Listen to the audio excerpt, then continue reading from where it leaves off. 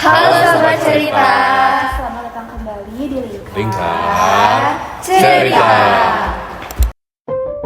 Halo, aku Andri. Halo, aku Arif. Halo, aku Dea. Halo, aku Raiza Hua.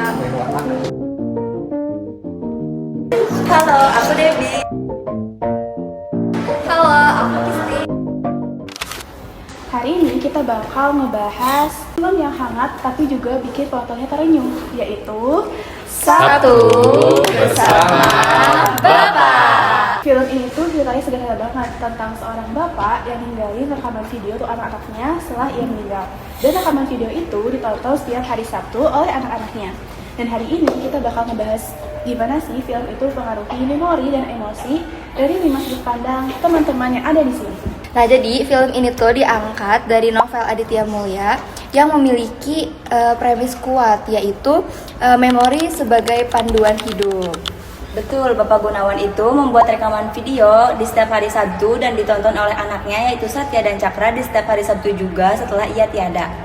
Menurutku film ini sukses menunjukkan bagaimana Gunawan bisa hadir di setiap momen penting anaknya, seperti pernikahan, kesulitan kerja melalui rekaman itu.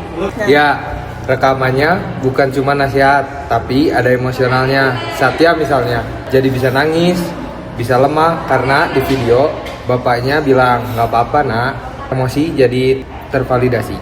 Wah, menarik banget ya. Jadi walaupun mukanya udah gak ada, tapi mereka tetap bisa hadir di antara mereka. Nah, tadi Ondi sama Arif ngebahas sudut pandang dari anaknya. Kalau dari sudut pandang ibunya, menurut kamu gimana, Kisti? Kalau menurut aku, yang paling tersentuh tuh aku tuh saat melihat ibunya atau istrinya, atau juga ibu dari Cakra dan Satya. Nah, ibunya ini kan udah sendiri ya, maksudnya sudah tidak mempunyai suami. Jadi ibunya ini juga harus tetap terlihat tegar, terlihat kuat gitu. Jadi dengan video dari bapaknya ini tuh kayak menjadi kekuatan si ibunya gitu. Jadi nggak cuma buat anak-anaknya doang, tapi buat ibunya juga kayak gitu.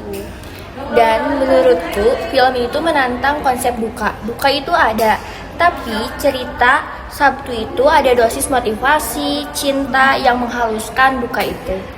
Wah, menarik banget ya. Sekarang kita coba geser ke tokoh utama, Cakra dan Satya. Debbie, menurut kamu film itu ngaruh gimana sih ke Cakra yang tipenya tuh kaku banget?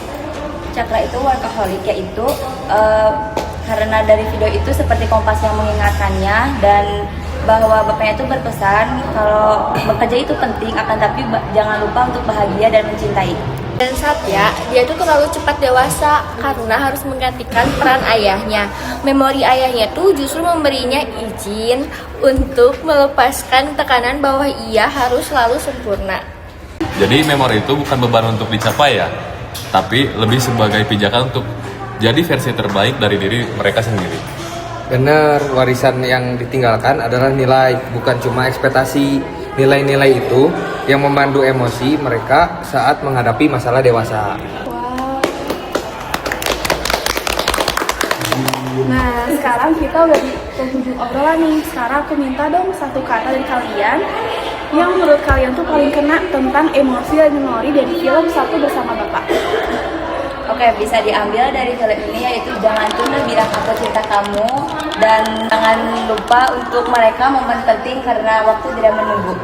Kalau aku, memori yang kita buat hari ini adalah kekuatan orang yang kita cintai di masa depan. Kehadiran terbaik adalah ketika kita menanamkan nilai, bukan hanya meninggalkan harta. Film ini bikin aku mikir, warisan terbaik untukku nanti apa ya? Semoga bukan cuma tumpukan barang sih. Emosi dan memori sangat terikat. Jika memori itu hangat, maka emosi kita saat mengingatnya juga akan hangat. Wah, terima kasih banyak ya atas refleksinya. Film Sabtu bersama Bapak ini ngajarin kita kalau cinta itu gak selalu hadir lewat kehadiran fisik, tapi juga lewat kenangan yang tertinggal. Terima kasih buat teman-teman yang sudah mau berbagi sudut pandang pada hari ini. Semoga dari obrolan kita bisa memberikan pesan buat kalian untuk selalu menghargai momen dengan orang-orang tersayang. Sampai jumpa lagi di Lingkar Cerita. Bye-bye.